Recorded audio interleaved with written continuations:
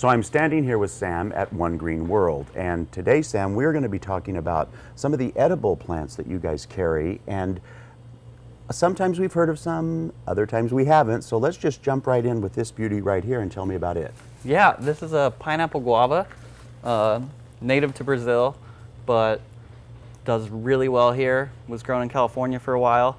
They grow them as a commercial crop in New Zealand, and aside from being a gorgeous ornamental broadleaf evergreen plant, it also makes these delicious guava-like fruits. Wow. That taste very tropical. And this is the one that I'm thinking that you can eat the blooms, right? That's yeah.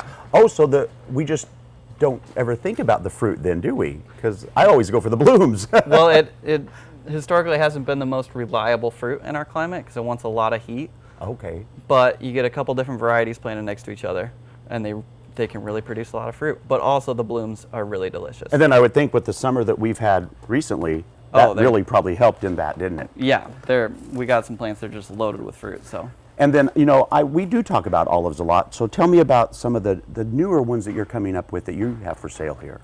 Yeah, a lot of people don't think of olives as a crop for the Northwest, but more and more they are, and we're experimenting with different varietals from Ukraine and the Nikita Botanical Garden, and varieties adapted to cooler climates and shorter growing seasons. Because I would think in the Ukraine, it would be cooler. Yeah. So that would make sense that you're getting them in. And then do you have a couple of names that you're getting in and looking at? There's a bunch of new ones. They've been given English names now. Okay. Like Universal, Black Pearl, Star of Crimea. Nice. As well as different European varieties that we found to do. Wonderful, wonderful. And then I love the minute we walked in, I saw this bloom. Yeah. And I went, oh, come on, that's got to be hardy. Not necessarily, but almost. You guys are looking at it, right? Sometimes, And tell me what it is. This is a spineless caper. So the capers you eat in the grocery store are actually these pickled flower buds right here. Wow. But we just decided we'd like the bloom so much.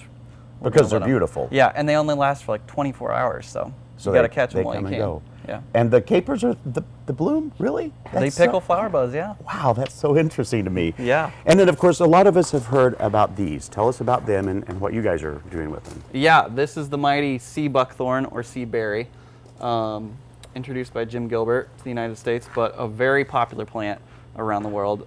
In Europe, in Russia, they've spent a lot of time breeding these, and a lot of our varieties are brought over from Russia, from Germany, from other places. But it's a very nutrient-dense berry. So we actually have the berries here for you to try. These are dried sea berries. And you can eat them. They're good. They have a little bit of sugar added because they're naturally tart, but oh, the seeds are still left in them. Yeah, and the seeds are really high in oils and different things. The berries are used for juicing in the cosmetics industry. Because I remember hearing that they're very high in vitamin C too, right? In vitamin C and omega fatty acids, which is really unique for fruits, especially in temperate climates. And these grow well here. They grow really well, and they're nitrogen-fixing plants, so they basically create their own fertility. Wow. They're dioecious, so you need male and female plants to get fruit. But with your males, you can make tea out of the leaves, so they still have a use besides just their pollen. And then there's one other plant I wanted to talk to you about because I'm so intrigued by this and the possibilities of its future here being hardy. Tell me about that. Yeah, cold hardy citrus. Wow. We have all these people who've just moved to Portland who are like, I want to grow citrus. Right. And we're like, okay, it's not going to do too. It's not going to be a fresh eating orange, but we have these really unique and really valuable fruits called yuzu ichandran, and sudachi, which is a hybrid of the yuzu, as well as a few other cold hardy citrus, but the yuzu's the really exciting one. And I think a lot of us have heard, because we've had it on the show, of the finger lime. It's kind of in that similar type thing, isn't it?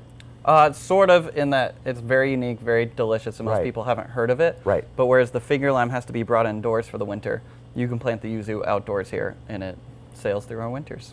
And we're seeing that. Does that also, though, include that just because it lives through the winter, are we still looking to see how the fruit actually works here? Yeah, and it ripens the fruit here. Nice, which is, nice. Yeah. Well, there you have it. You know, it's always fun to go to places where I can find something that I'm not familiar with. I love doing that. So for more information, always we'll tell you go to gardentime.tv. We'll click you over to their website, find the hours they're open, find what they carry, and then come out and get even more information from their wonderful staff here. Sam, what a pleasure. Thank you, my friend. Thanks for coming out.